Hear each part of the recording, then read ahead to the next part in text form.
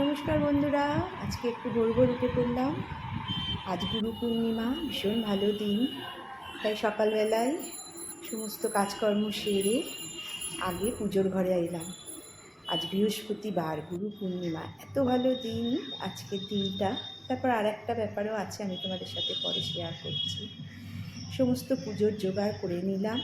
আর আজকে আমি ঘরটা তুলে, ঘরটা আর কি মেজে আবার নতুন করে ঘর বসাই। সমস্ত পুজোর জোগাড় করে, আর দুব্বো আর তুলসীটা আমি সবসময় আলাদা রাখি, যেহেতু আর কি ওটা গণেশের একদমই তুলসী চলে না। গুরুদেবকে ভালো করে মালা পরিয়ে মিষ্টি প্রসাদ দিয়ে আমি গুরুদেবকে এইভাবে আর কি সাজালাম আজকে গুরু পূর্ণিমার দিনে। আর রোজকারের পুজো, বৃহস্পতিবার আজকে, সে তো আছে। ভালো করে পুজো দিয়ে গোপালকে তুলে তারপরে আমি ভাবছি এবারে যাই, গিয়ে রান্নাঘরে কি রান্না করি। ইতিমধ্যে দেখি আমার বৌমা সুন্দর করে পায়েস সাজিয়ে রেখে দিয়েছে।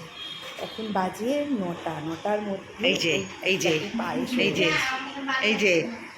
আজ আমার আসলে জন্মদিন, তাই ও পায়েস করে আমাকে এই যে খাওয়াচ্ছি। এইটাই আনন্দ। ছেলেও রয়েছে। আর এদিকে রান্নাঘরে ঢুকে দেখি বর মটন আর ইলিশ মাছ নিয়ে এসছে। দুটোই যেহেতু আমার ফেভারিট। ইলিশ মাছের ডিমগুলো আমি আলাদা করে ভাজি, মাছটা আলাদা করে ভাজি, তাহলে ডিম ভাজাটা ভালো হয়, না হলে মাছ ভাজাটা কেমন কেমন যেন হয়। আজকে বেশি কিছু রান্না করবো না।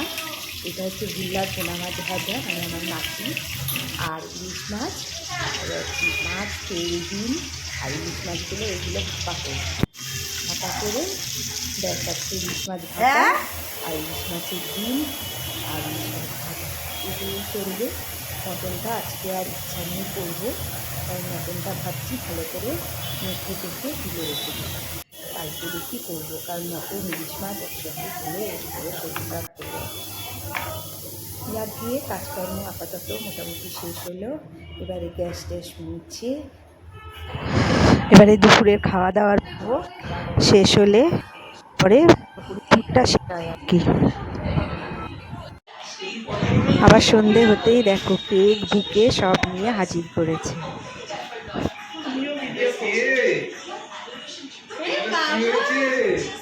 চলো আমি আর তুমি, হ্যাঁ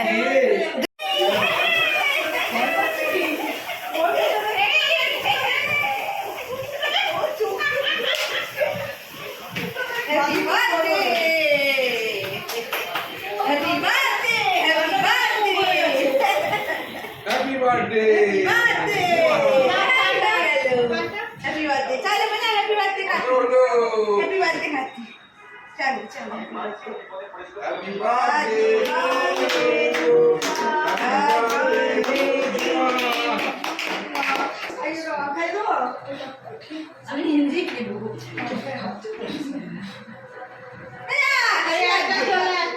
এই চলে আছে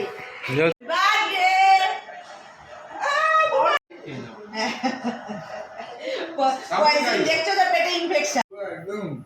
এ নাও সোনু কেক।